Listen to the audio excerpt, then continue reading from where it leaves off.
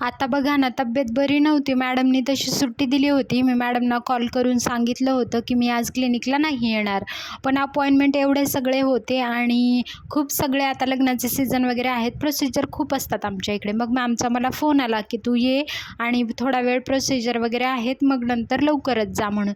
मग म्हटलं ठीक आहे, तब्येत बरी नसली तरी तेवढं काय आरामच करायचा जाऊन, पण एखादं दुसरं प्रोसिजर असणार आहे म्हणून मी आले होते क्लिनिकच्या इकडे. आणि आता मला वरती जायचं. आता फर्स्ट फ्लोअरवरतीच क्लिनिक आहे, पण तरीसुद्धा तब्येत ठीक नव्हती त्यामुळे मी लिफ्टनेच जायचं ठरवलं. एवढे सगळे लिफ्टचे काही व्हिडिओज बघत असतो आपण सोशल मीडियावरती, भीती वाटते. पण ठीक आहे, आता रोजच्या सवयीप्रमाणे झालं आहे तर म्हणून थोडंसं धाडस कधी कधी करावं लागतं. कारण एवढा विचार जर आपण रोजच्याच गोष्टींमध्ये येण्या जाण्यामध्ये करत बसलो तर मग खूप आयुष्यामध्ये भीती राहते ना.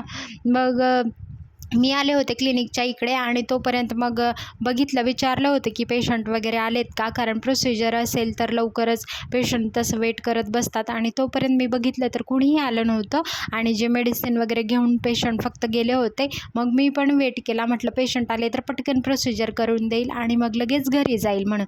तसं माझी तब्येत ठीक असल्यास फुल डे पण थांबायला क्लिनिकमध्ये मला आवडतं, पण आज खरंच थांबायची इच्छा नव्हती, खूप त्रास होत होता.